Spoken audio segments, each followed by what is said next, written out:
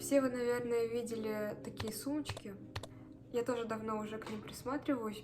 Кстати, может быть...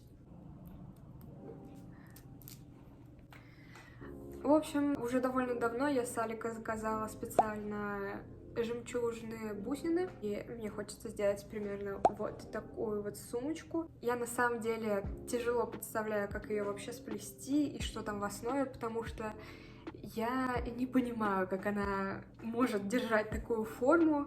Я заказала бусины вот такого цвета, 3 размеров. На самом деле я немножко не рассчитала с количеством, потому что я думала, что я буду делать супер маленькую сумочку, и мне казалось, что вот этого хватит.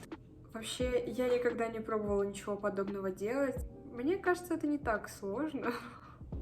Надеюсь. Я подготовила себе скетчбук. Кстати, вот этот чокер я заказывала с Шейна. Точно такой же я видела недавно на Али. И стоит он примерно столько же. Главной сложностью стало то, что у меня было ограниченное количество бусин. И то, что в схеме бусины каждого размера встречается разное количество раз.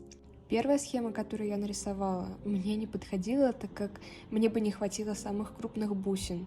Поэтому я все расплела и нарисовала схему, в которой было бы больше мелких бусин. Но в этот раз размер одного звена был слишком большим, даже относительно моей ладони. Поэтому я еще немного доработала паттерн, и уже получился вот такой вариант. С ним я шла до конца. На первые 3 звена у меня ушел целый час. А потом этот проект у меня растянулся, и я уже продолжила плести его спустя несколько недель. На светлой нисходящей поверхности работать намного удобнее, поэтому я постелила на стол полотенце и, в принципе, доделала уже сумочку за один присест. Я сделала 2 ряда по 5 звеньев и соединила их в цилиндр, и уже, в принципе, начинает выглядеть неплохо. Остается только сплести дно этой корзинки. Я стараюсь придерживаться паттерна, но приходится импровизировать, так как бусины заканчиваются и заканчиваются неравномерно. Я доплела еще 1 ряд, но не замкнула его до конца. И оставшееся пространство доплела уже по принципу ловца снов, просто уменьшая площадь окружности дна корзинки. На самом деле выглядит запутанно, но если представить сразу схематично, как эта сетка должна выглядеть в собранном виде, то получается довольно легко ориентироваться. На то, чтобы доплести каркас из бусин, у меня ушло примерно 1,5 часа, что не сильно больше, чем ушло на первые 3 звена. Теперь остается сшить подклад.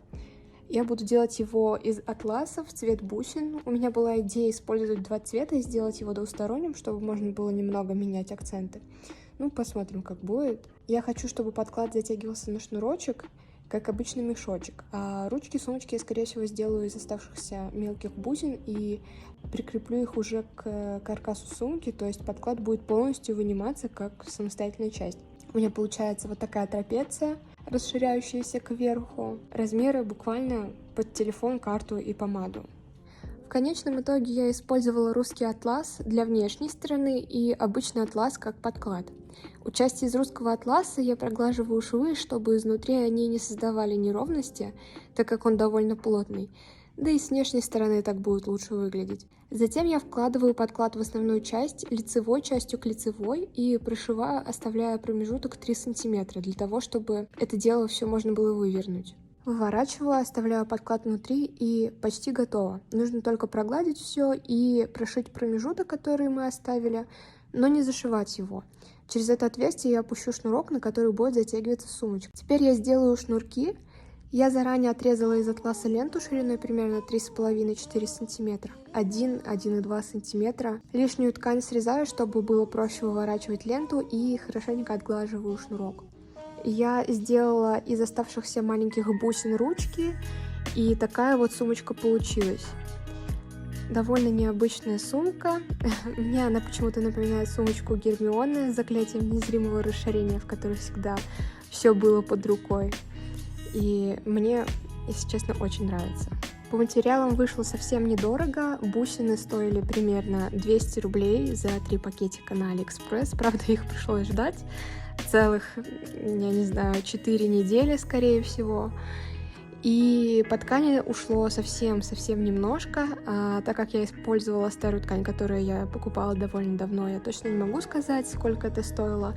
но я думаю, что это что-то в районе 100 рублей, возможно. Себестоимость такой сумочки очень небольшая.